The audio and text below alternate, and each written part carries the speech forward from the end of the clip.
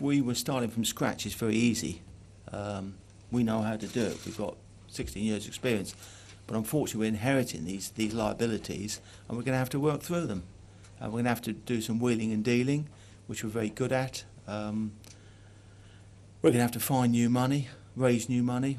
And I would say now it's a major part of our strategy that West Ham moved to the Olympic Stadium, which is 3 miles from this ground in the borough of Newham. We're in the borough of Newham. And if we could have a huge ground, we could take football back to the people. We could reduce admission prices to prices that people can afford, because we'd have the capacity to do it. And we could have the cheapest Premier League prices in the country, and that is all part of our strategy. How likely is it that you will make that move? I would say at this moment in time you'd have to speak to other people, but if it's not better than 50-50, I'd be very surprised. And to me, I cannot comprehend how a government can build a ground and then reduce it to 25,000 for rugby, which will be empty, which will probably get 5,000 gates. In a credit crunch world, how can you spend a huge amount of money to build a stadium to then smash it down? It makes no sense. And there is the precedent that Manchester City got the Commonwealth Games Stadium, so why shouldn't West Ham in the borough of Newham get the Olympic Stadium, which is in the borough of Newham?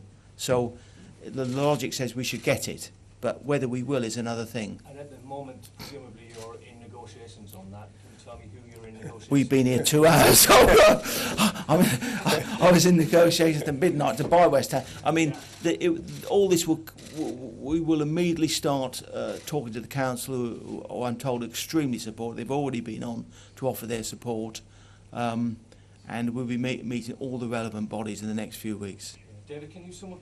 If you approach the Olympic Stadium, can you just clarify something? The Olympic organisers have committed to a legacy of athletics in that stadium. Would you be happy to live with the running track around the outside? Ideally, no, but there may be a way we could lay the running track for 3 months or something. I mean, I think there's all sorts of things we've got to look at. It may be cheaper to build a running track somewhere else. I mean, it's not impossible. You build an athletics track here, which wouldn't cost a lot of money, and it's a quid pro quo. I mean, there's all sorts of permutations. I don't think running tracks work, particularly behind the goal. At the side of the goal doesn't make a lot of difference. But behind the goal, the customers are so far back, it doesn't work. And that stadium has cost taxpayers more than £500 million. How much would you be prepared to buy it for? We don't want to buy it at all. We want to rent it, and with the government fund keeping it. I mean, they've promised to keep it alive for 30 years, but it's going to cost them more to keep it alive.